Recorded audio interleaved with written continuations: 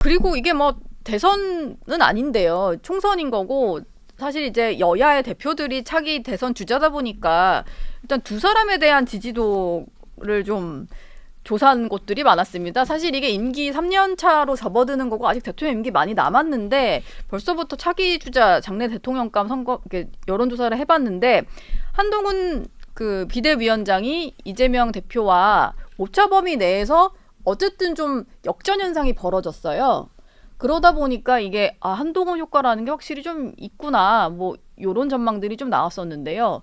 저 결과에 대해서는 어떻게 보세요? 확실히 한동훈 위원장에 대한 기대가 좀 많이 반영된 것 같습니다. 그럼요. 여태까지 본 적 없는 캐릭터죠. 여태까지는 본인이 좀 강남 엘리트 출신이다라고 하면 그걸 좀 숨기고 서민인 척 코스프레하고 했는데 저분은 그런 부분을 숨기지 않고 그냥 본인의 있는 능력 자체를 보여주면서 예. 본인의 그 어떤 가치와 철학적인 부분, 국민과 함께하고자 하는 그런 부분들을 어필하는 게 보여지는 것 같고 저는 아직도 이재명 대표의 지지율이 저만큼 나오는 게 신기해요. 지금 이재명 대표 하는 게 뭐가 있습니까? 재판받는 거 말고 아무것도 없습니다. 예. 그럼에도 불구하고 저 아성을 지킬 수 있다는 거는 정말 견고한 본인의 개딸 지지층을 만들었다라고 하는 걸로 보이고 저는 지금 이재명 대표 보면은 그 북한의 김정은하고 똑같다고 봐요. 첫 번째 은둔하고 있다. 은둔하고 있다. 네네. 김정은도 은둔하고 있다가 중요할 때 한 번씩만 나오잖아요. 예. 지금 이재명 대표도 은둔하고 있잖아요. 뭐 정책을 내거나 뭐 정치적 현안 목소리 내는 것도 없고 그리고 두 번째 오직 목표는 자신의 체제 유지다. 그 지금 어떻게 해서든 내 배지 달고 내 방탄하고자 하는 것 그리고 예. 김정은도 3대 세습을 이어가고자 하는 것 이거밖에 없는 것 같고 세 번째는 유일하게 지고 있는 마지막 핵 하나 이건 절대 포기 못한다. 네. 저는 이게 김정은에게는 핵이고 이재명 대표에게는 김건희 여사 특검인 것 같아요. 그래서 그렇게 정말 그 이 고립무원 속에서 독재 말로로 가는 모습 보면은 북한의 김정은이 떠오릅니다. 예. 지금 그리고 또 하나 재밌는 부분이 있는데 당 지지도 같은 경우에도 서울, 경기, 인천 이렇게 좀 나눠서 저희가 봤었는데요. 보니까 수도권 뭐 서울에서 한동훈 위원장이 좀 앞서는 또 결과가 나와서 이게 수도권 민심이 좀 당과도 약간 비슷하게 가는 것 같기도 하고 한동훈 위원장 이건 보면 오차범위 밖으로 좀 벌어져서 이거에 대해서 좀 저희가 앞섰다고 말씀을 드렸는데요. 어떻습니까? 서울에서 유독 이렇게 반응이 있는 거?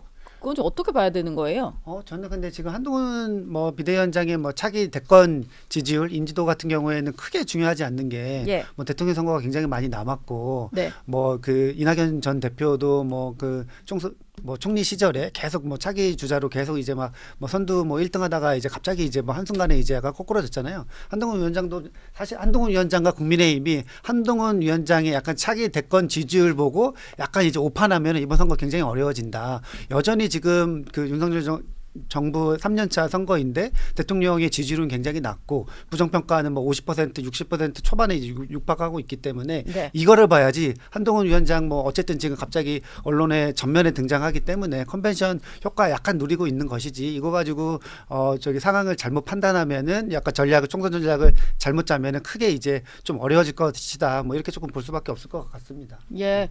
그 아까 그 수도권 경기도 민심 얘기를 하면서 네. 좀 정책적으로 보여줘야 되는 부분을 아까 용심이가 말씀을 하셨는데 한동훈 위원장도 어제 신년 인사회를 하면서 동료 시민에 대한 계산 없는 선의를 정교한 정책으로 실천해야 된다 이런 얘기를 했어요. 그러니까 정교한 정책이다. 그리고 이것들을 동료 시민이 좀 느낄 수 있어야 한다 이런 얘기였는데 이게 사실은 좀 시험대가 될 거라는 얘기들도 있거든요. 한동훈표 1호 정책이 무엇일 것이냐. 이게 좀 너무 뻔하거나 그냥 뜬구름 잡는 소리면 이게 와닿지 않을 거라서 이게 조금 한동훈 위원장의 그 첫 시험대일 거다라는 얘기가 있어요. 좀 동의하시나요? 그럼요.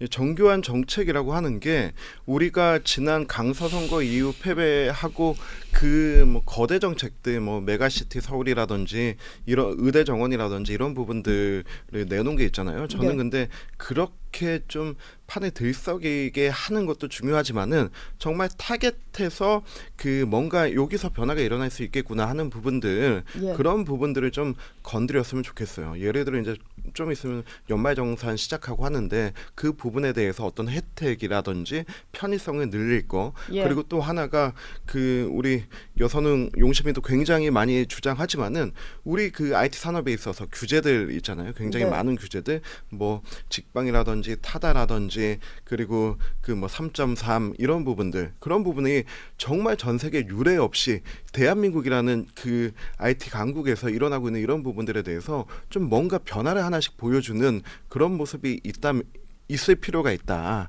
그리고 너무 거대 담론보다는 그런 핀셋들을 하나씩 찍어주는 모습이 좀 그런 정책적 디테일이 아닐까 생각합니다. 예.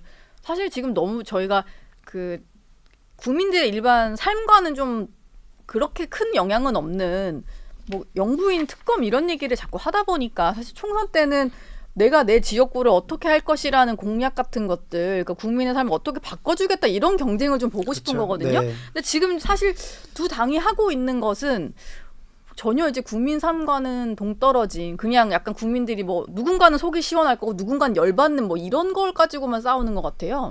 모르겠어요. 근데 이제 지난 대선에서는 사실은 거대 담론이 없어지고 약간 뭐 지역 밀착 공약, 뭐 생활 공약 같은 것들이 되게 많이 나왔는데 예. 그게 어떻게 보면은 또 국민들이 총선이란 대선 약간 큰 뭐 선거판 그러니까 선거 앞두고는 뭔가 거대 담론에 더 눈길을 조금 가는 부분이 조금 있는 것 같아요. 그래서 저는 이번에도 뭐 예. 예를 들면은 민주당이든 국민의힘이든 뭐 약간 이런 구체적이고 약간 세밀한 공약보다도 뭔가 크게 전선을 내세울 수 있는 큰 전략들이 국민의 눈과 조금 길을 조금 뭐 주목시킬 거다 이렇게 조금 평가를 해야 될 것 같고요. 할 수 있을 것 같고 저는 그리고 이제 한동훈 위원장이 사실은 지금 이제 오늘 내일 이제 일주일째 되는 거잖아요. 네. 그러니까 일주일 동안 카드를 별로 못 보여줬어요. 그리고 그나마 보여줄 수 있는 뭐 비대위 인선 같은 경우에도 민경우 뭐 사태로 약간 좀 삐그덕하는 것 같고, 예. 그러니까 한동훈 위원장이 비대위원장을 뭐 이렇게 수락했을 때 약간 조금 뭐 일주일치, 2주일치 약간 이 플랜이 스케줄이 약간 없었다. 그래서 여기서 약간 조금